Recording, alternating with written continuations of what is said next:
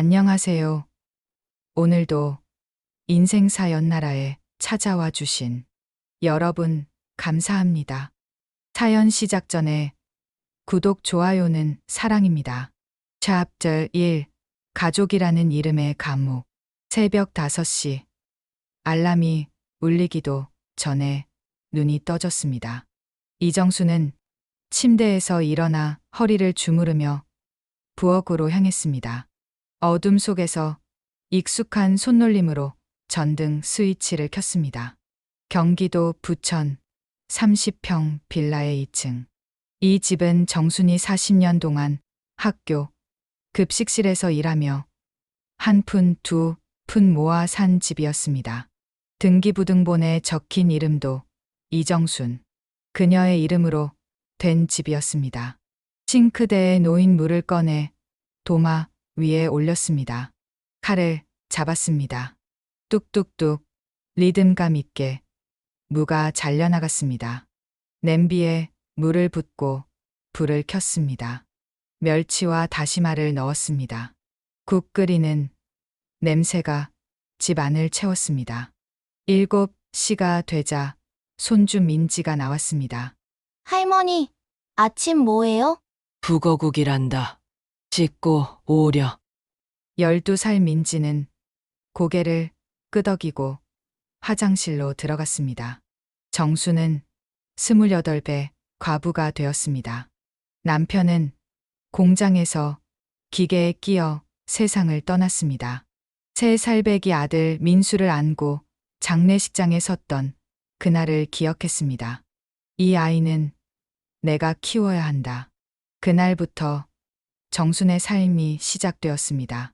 새벽 4시에 일어나 학교, 급식실로 출근했습니다. 무거운 국솥을 들었습니다. 겨울에는 찬물에 손을 담그고 설거지를 했습니다. 손이 텄습니다. 저녁에는 파출 일을 했습니다. 남의 집 청소를 했습니다. 그렇게 모은 돈으로 민수를 대학에 보냈습니다. 민수가 졸업하고 취직했을 때 정수는 울었습니다. 이제 됐다. 내 할 일을 다 했다. 그렇게 생각했습니다. 민수가 결혼했습니다. 며느리 유지는 깔끔하고 단정한 여자였습니다. 결혼식 날 정수는 구석에 앉아 웃었습니다. 손주들이 태어났습니다.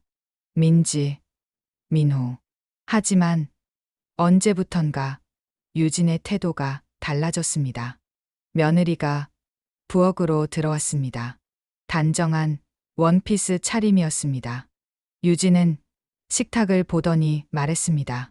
어머니, 오늘 국은 좀 싱겁게 해주세요. 애들 나트륨 섭취 조절하고 있어서요. 아, 그래. 알았어.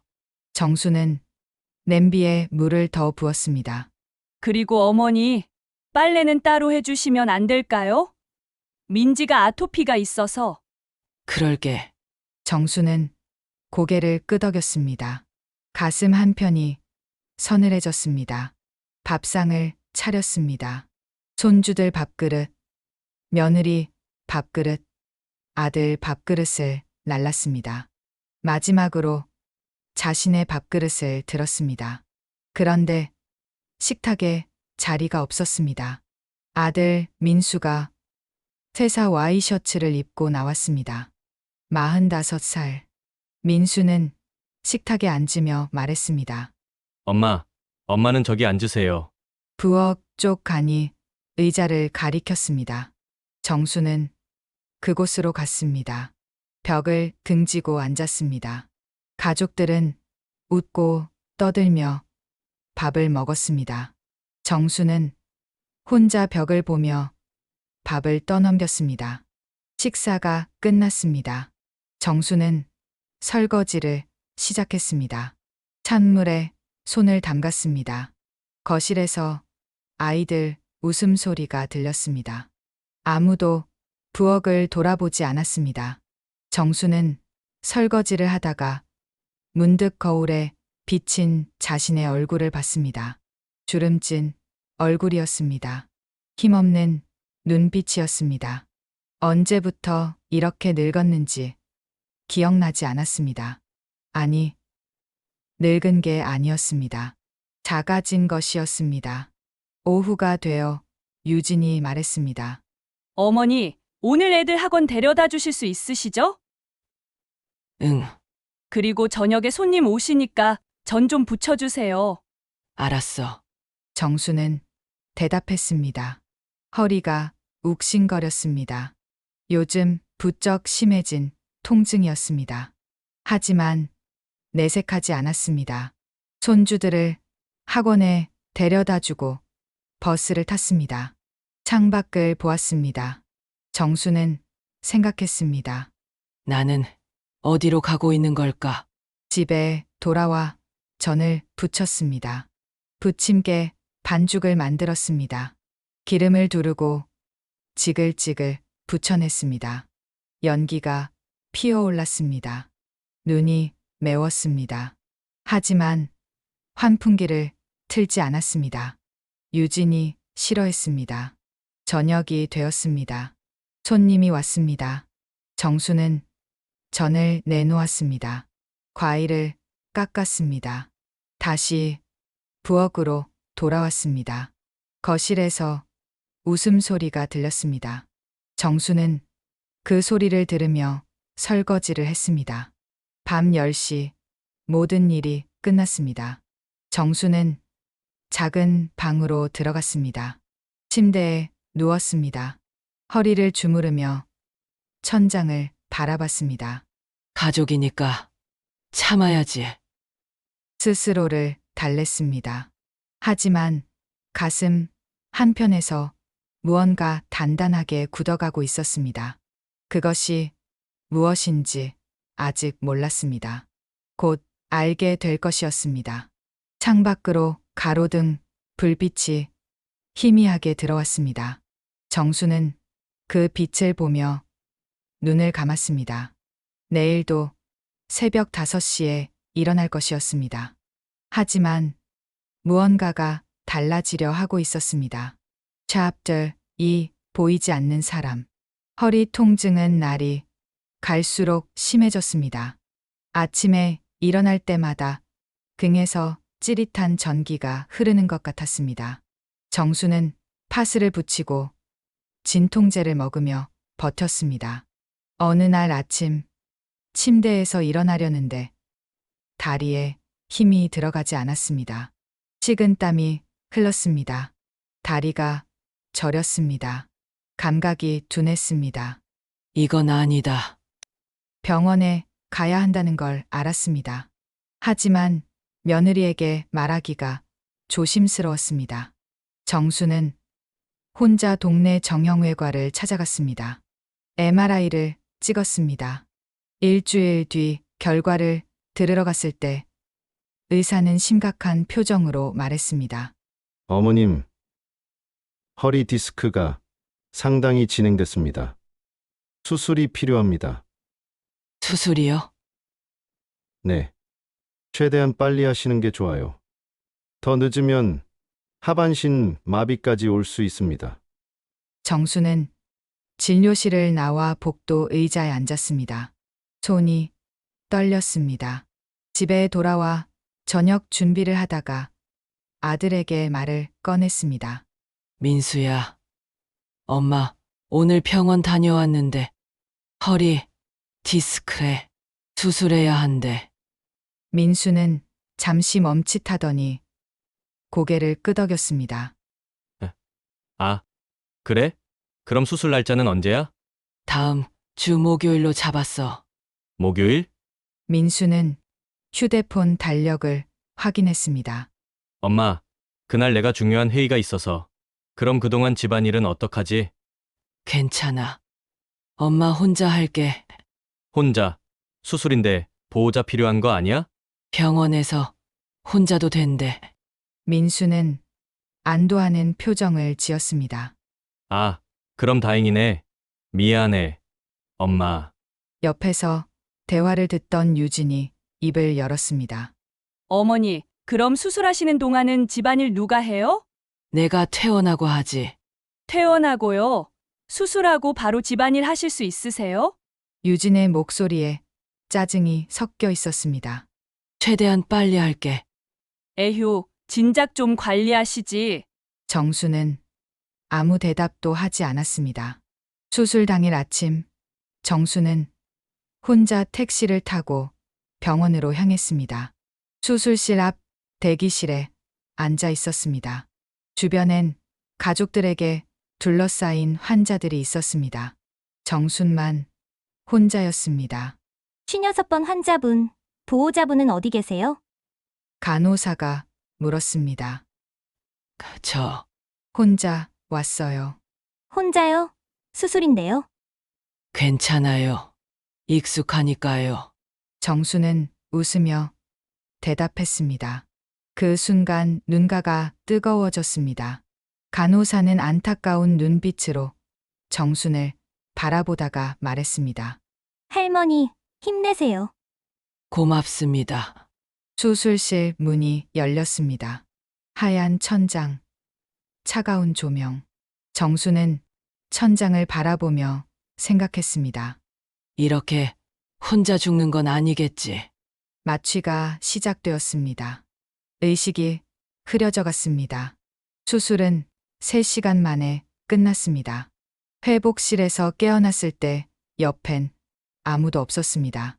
정수는 천장을 보며 눈물을 흘렸습니다. 마무리 더 깊어진 고민, 새 결심으로 새장 연결. 사흘 뒤 퇴원하는 날, 민수가 차를 몰고 왔습니다. 엄마, 많이 아팠어? 응. 괜찮아. 그나저나 다행이다. 나 그날 회의 잘 끝났어. 정수는 아무 대답도 하지 않았습니다. 집에 도착했습니다. 유진이 거실 소파에 앉아 TV를 보고 있었습니다. 어머니 오셨어요? 그럼 내일부터 청소는 가능하시겠어요? 집이 너무 지저분해서요. 그 순간 정순의 마음 속에서 무언가가 완전히 부서졌습니다.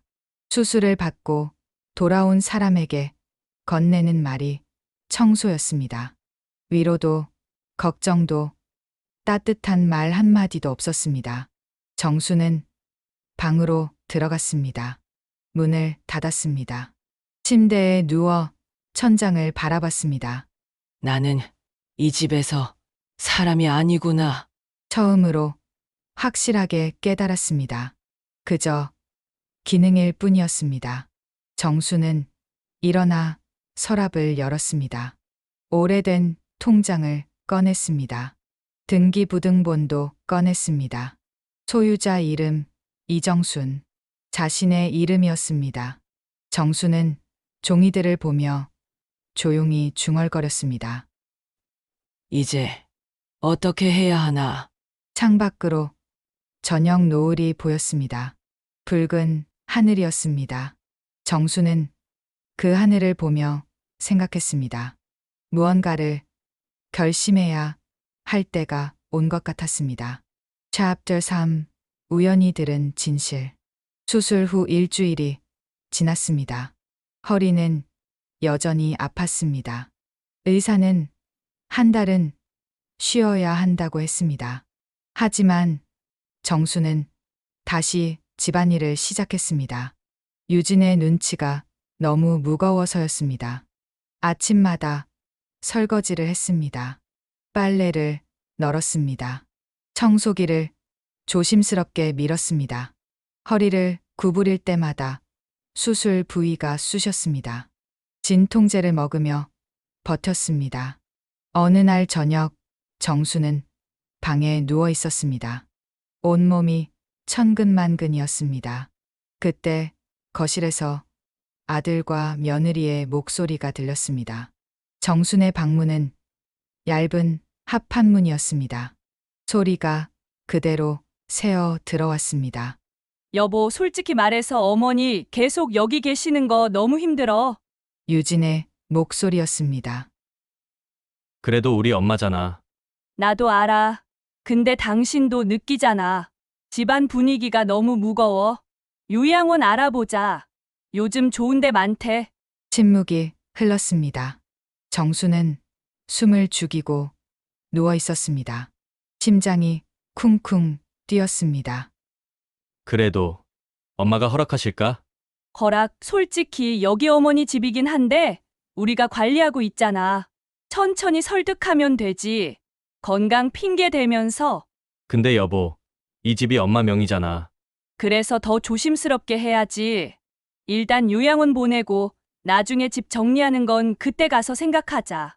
정수는 이불을 움켜쥐었습니다. 손이 떨렸습니다. 요양원, 집, 정리. 그 단어들이 가슴을 후벼 팠습니다. 더 이상 듣고 싶지 않았습니다. 정수는 귀를 막았습니다. 하지만 이미 들어버린 말들은 머릿속에서 맴돌았습니다. 그날 밤 정수는 잠을 이루지 못했습니다. 천장을 바라보며 지난 세월을 떠올렸습니다. 남편이 세상을 떠나던 날 28살이었습니다. 이 아이만큼은 잘 키워야지 다짐했습니다. 새벽 4시부터 일어나 급식실로 출근했습니다. 무거운 국솥을 들고 기름에 데이고 겨울엔 찬물에 손을 담그며 설거지를 했습니다. 저녁엔 파출 일을 했습니다. 그렇게 모은 돈으로 민수를 대학에 보냈습니다. 취직하고 결혼할 때 정수는 이 집을 샀습니다. 자신의 이름으로 된 집. 평생 남의 집에서 살았던 정순에게 이 집은 전부였습니다. 자신의 이름이 적힌 등기부등본을 받았을 때 눈물이 났습니다. 그런데 그 아들이, 그 며느리가 자신을 요양원에 보내려 한다는 것이었습니다. 다음 날 아침 정수는 평소처럼 밥을 지었습니다. 하지만 손이 떨렸습니다. 칼질을 하다가 손가락을 베었습니다. 피가 났습니다. 내가 뭘 잘못한 걸까? 평생 이 아이를 위해 살았습니다. 하나뿐인 아들이었습니다. 모든 것을 아들에게 쏟아부었습니다. 그런데 이게 결과였습니다. 아침 식사 때 정수는 민수를 바라봤습니다. 신문을 보며 밥을 먹는 아들. 예전에는 저 얼굴만 봐도 힘이 났습니다. 이제는 낯설게 느껴졌습니다. 인수야, 응? 엄마가 여기 있는 게 불편하니? 민수는 신문에서 고개를 들었습니다. 당황한 표정이었습니다. 갑자기 왜 그래? 그냥 요즘 엄마가 짐이 되는 것 같아서. 무슨 소리야? 엄마 집인데.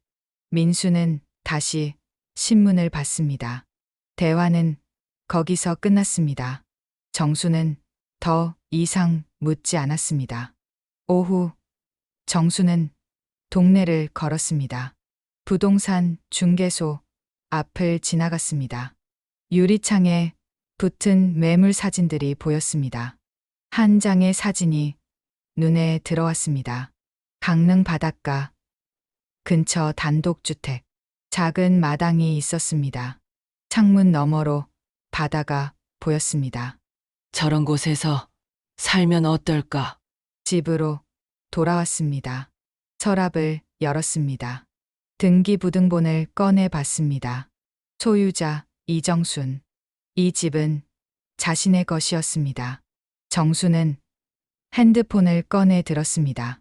손가락으로 천천히 번호를 눌렀습니다. 부동산 중개사무소 번호였습니다. 한참을 망설였습니다. 통화 버튼 위에 손가락을 올렸다가 내렸습니다. 다시 올렸다가 내렸습니다. 하지만 어젯밤 들은 말들이 귓가에 맴돌았습니다. 요양원, 집, 정리. 정수는 통화 버튼을 눌렀습니다. 신호음이 울렸습니다. 여보세요. 동명부동산입니다. 저기, 집 좀 팔고 싶어서요. 정순의 목소리는 떨렸지만 확고했습니다. 네. 주소가 어떻게 되세요? 정수는 주소를 말했습니다. 아, 거기 알아요? 한번 나가서 볼까요? 내일 오전에 올 수 있어요? 물론이죠.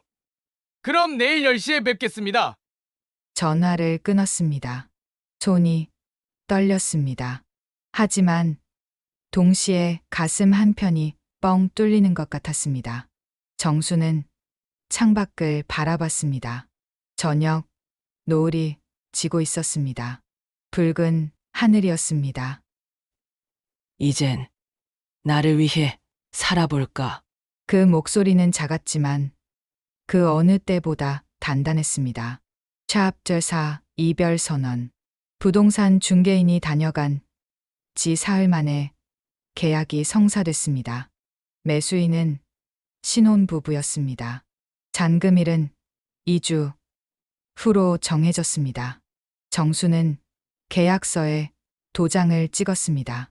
손이 떨렸지만 주저하지 않았습니다. 아직 아들에게 말할 타이밍이 아니었습니다. 잔금을 받고 새로운 집을 구한 뒤에 말하기로 했습니다. 그 일주일 동안 정수는 인터넷으로 강릉의 집들을 찾아봤습니다. 바다가 보이는 작은 단독주택, 마당이 있고 방 2개의 작은 거실. 딱 혼자 살기 좋은 크기였습니다. 다음 날 정수는 새벽 기차를 타고 강릉으로 향했습니다. 집을 보자마자 결정했습니다. 이 집으로 할게요. 잔금일 전날 밤 정수는 아들을 불렀습니다. 민수야, 엄마가 할 말이 있어. 거실 소파에 민수와 유진이 나란히 앉았습니다.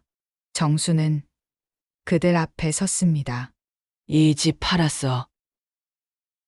뭐, 민수의 얼굴이 굳었습니다.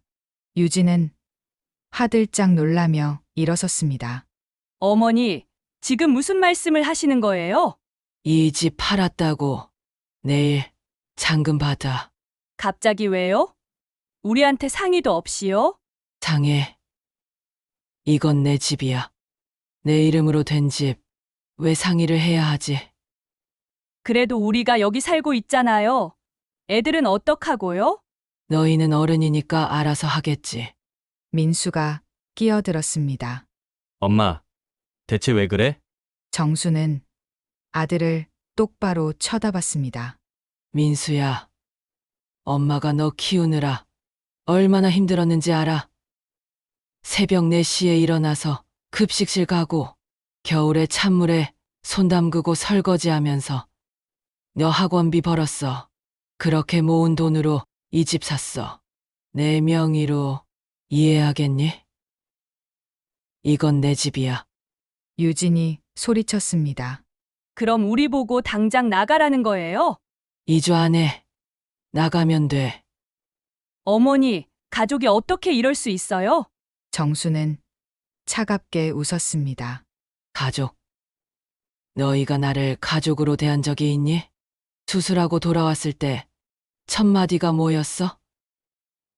청소 언제부터 할 수 있냐고 물었잖아. 유진의 얼굴이 하얗게 질렸습니다. 나 없으면 집안일 돌아가지 않으니까 걱정됐던 거지. 나라는 사람이 걱정된 게 아니라. 민수가 입을 열었습니다. 엄마, 오해야. 오해 아니야. 너희가 유영원 보내려고 한 것도 다 들었어. 순간 거실에 침묵이 흘렀습니다. 엄마, 그건 그냥 한 얘기였어. 그냥 내 집에서 나를 쫓아낼 궁리를 그냥 했다고. 너희가 원했잖아. 내가 없는 집. 이제 그렇게 해주는 거야. 엄마, 그럼 어디 갈 건데? 강릉. 바다 보이는 집 구했어. 혼자 살 거야. 유진이 비웃듯 말했습니다. 혼자요? 연세가 몇인데? 75. 아직 혼자 밥 먹고 걷고 생각할 수 있어. 그리고 너희랑 사는 것보다 혼자 사는 게 100배 나아. 정수는 방으로 들어가 짐가방을 꺼냈습니다. 이미 며칠 전부터 조금씩 짐을 챙겨뒀습니다. 옷까지, 사진 몇 장, 남편의 유품. 그게 전부였습니다.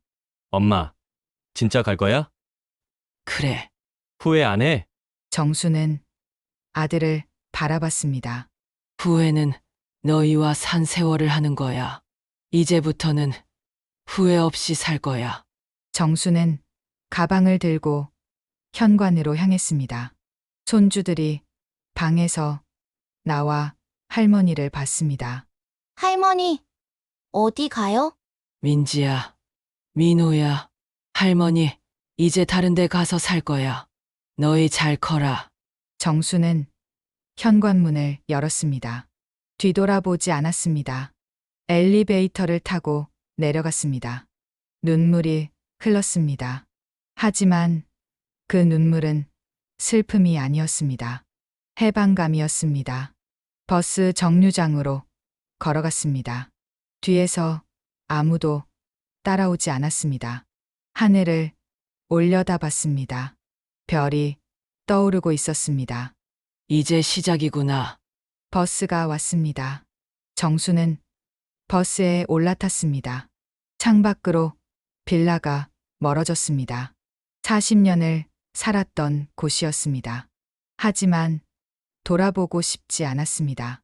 정수는 가방을 무릎에 올려놓고 앞을 바라봤습니다. 이제 강릉으로 갑니다. 바다가 보이는 집으로 갑니다. 처음으로 온전히 자신을 위한 곳으로 갑니다. 강릉행 기차 안 정수는 창밖을 바라보며 앉아 있었습니다. 가방 하나가 전부였습니다. 기차가 터널을 지나 바다가 보이는 구간에 들어섰습니다. 정수는 처음으로 환하게 웃었습니다. 강릉역에 도착했습니다. 택시를 타고 집으로 향했습니다. 대문을 열고 들어가자 마당에 코스모스가 흔들리고 있었습니다. 창문 너머로 바다가 보였습니다. 파도 소리가 들려왔습니다. 정수는 거실 한가운데 서서 깊게 숨을 들이쉬었습니다. 바다 냄새, 꽃 냄새, 이 모든 게 자유의 냄새였습니다. 눈물이 흘렀습니다. 이번엔 닦지 않았습니다. 다음 날 아침, 정수는 6시에 일어났습니다. 하지만 서두를 필요가 없었습니다. 천천히 커피를 내렸습니다. 창가에 앉아 바다를 봤습니다. 며칠 뒤 마당을 정리하는데 옆집 할머니가 다가왔습니다. 새로 오셨어요? 나는 박순자예요. 저는 이정순이에요. 혼자 사시는 거 외롭지 않으세요? 정수는 잠시 생각하다가 대답했습니다. 외로운 건 사람 많은 곳에 있을 때였어요. 순자는 고개를 끄덕였습니다. 그날부터 두 할머니는 가끔 차를 마시며 이야기를 나눴습니다. 정수는 작은 텃밭을 가꾸기 시작했습니다. 상추, 고추, 토마토를 심었습니다. 한 달쯤 지났을 때 아들에게서 전화가 왔습니다. 엄마, 보고 싶어.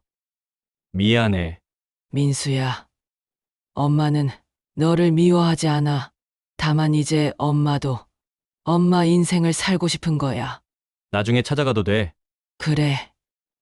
언젠가. 전화를 끊고 정수는 바다를 바라봤습니다. 가슴 한편이 아렸습니다.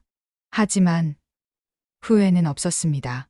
저녁이 되어 정수는 마당 평상에 앉았습니다.